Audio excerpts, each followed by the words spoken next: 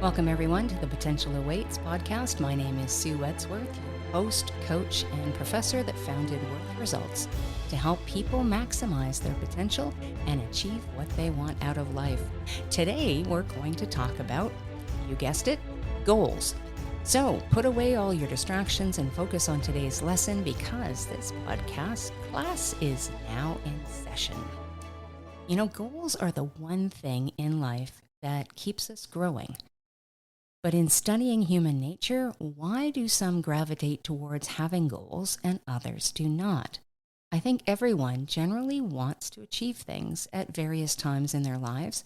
When we were young, we wanted to achieve what our parents wanted us to achieve until we got our own wants and needs and started to think on our own. If you look at Maslow's hierarchy of needs or Freud's insight into behavior, there are always going to be needs and wants. That's just part of human nature. But my intent here is not to recall boring theorists. No, that would make your ears start to bleed after about 10 minutes, and I do not want that. My goal, pun intended, is to really break down the different types of goals, why having goals are so important, and then what types of goals are the best ones to have. So first, looking at goals in general. There are 3 types of goals. The first is the goal you know you can do.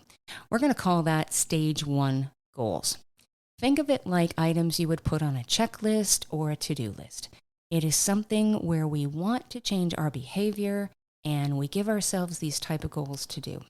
So an example of that would be, I want to work out 3 times a week.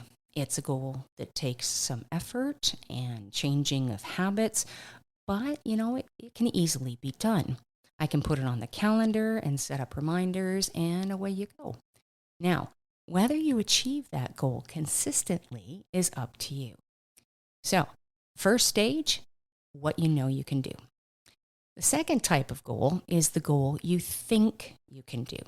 So in sales, we call these stretch goals or targets.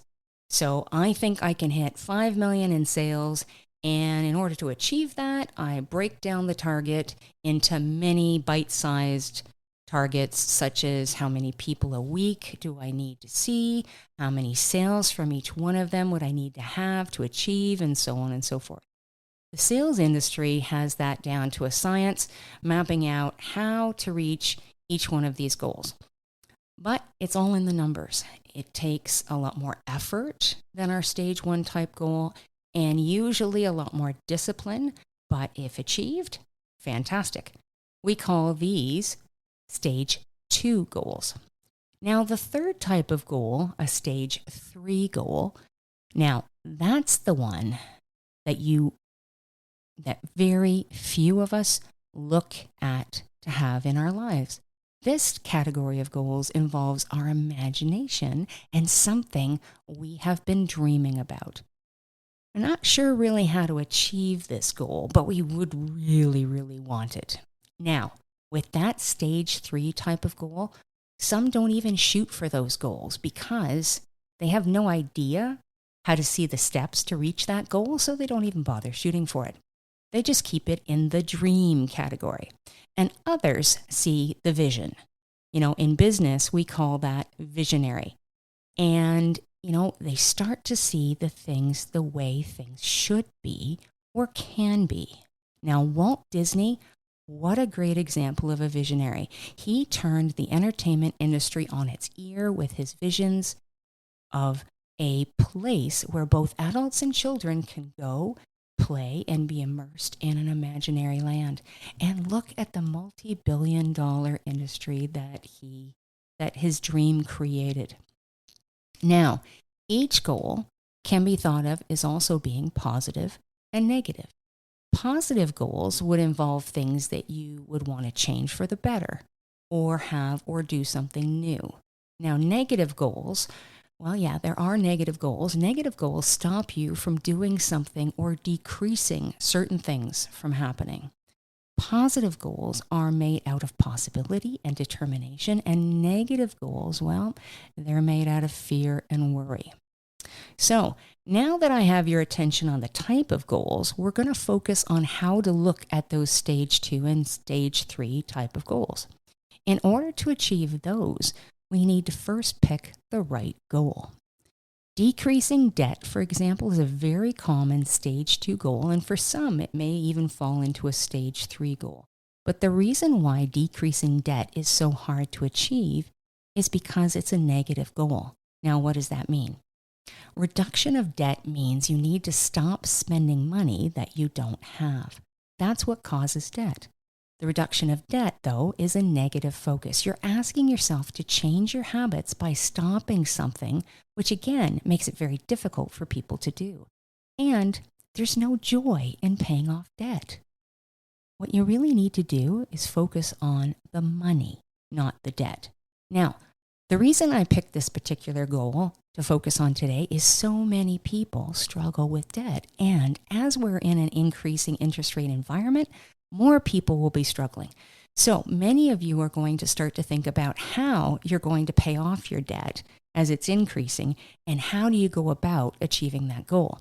Now, one option for many people and that they do choose to do is they go to their bank for help with their debt, and they get what's called a debt consolidation loan. And for some of you, that's all you need as a first step. So a debt consolidation loan is a loan that combines as much debt as you have, usually paying off those higher interest credit card types of balances that we have multiple payments on in terms of our monthly payment, monthly obligations, and it gets converted to one payment, usually at a lower interest rate. And because of that lower payment, you're saving cash flow. And because of the lower interest rate than those higher credit card rates, you're saving interest. So at first, that all seems great. And it gives you a break, it lowers your worry, and it increases your monthly cash flow. The problem is the debt hasn't been reduced. The debt is still there. So it hasn't really helped. The idea is, though, that you do have extra money each month, and the idea should be you're taking that extra cash flow and paying off the debt faster. But for many of us, we don't do that. But because the fear and the worry have been band-aided, well, they don't change their behavior. So take it from me. I used to work at what we'll say a blue bank back in the day. I was the debt consolidation queen. Now, understand the primary objective of a bank, just like a business, they are there to sell things that make them money. And what sells and makes money for a bank is debt products. And they make a lot of profit on debt products. So they will give you a great consolidation loan, suggest you keep your credit cards, especially if they happen to be with that bank. And unfortunately, because we all need credit cards in the society we have now, it's a relatively easy conversation for the bank to have with any client. But unless you change your mindset and your habits towards your income and your spending, you'll be right back in that same spot a few years later. So another reason why focusing on debt is considered negative is because, as I said earlier, there's no excitement in debt. There's only fear and worry. Now, to sound like a little bit of a Star Wars nerd here, fear leads to frustration. Frustration leads to anger. Anger leads to the dark side. So another way to put this is no one ever gets excited when their debt goes away. I just paid off my credit card to zero. Woohoo! No. And because there's no excitement, there's no long-term sustainability. It is our desires that keep us motivated to achieving our goals. And yes, while some of you are saying, hey, I'm motivated to reduce my debt, your motivation is fear or worry-based, which is based on negative emotions and not excitement and opportunity-based. So for the majority of the people, when that doesn't work, the focus or the goal needs to be on the positive, which is the money. Now, focusing on money, well, many cultures state that is also negative, but I'm not talking about that in terms of capitalism. I'm talking about what money can do for you. That's the focus. What is the money going to make you feel on what you have? How does that make you feel after you have a lot of that? That's what we're talking about. Now, when you look at it from a business perspective, when we're generating profit, business looks at two things, either increasing revenue and or decreasing expenses. So it isn't about the balance sheet, i.e. your debt, at all. It's about increasing your money or reducing your spending. Now, those are the things to focus on. Now, let's start with money. How to increase money?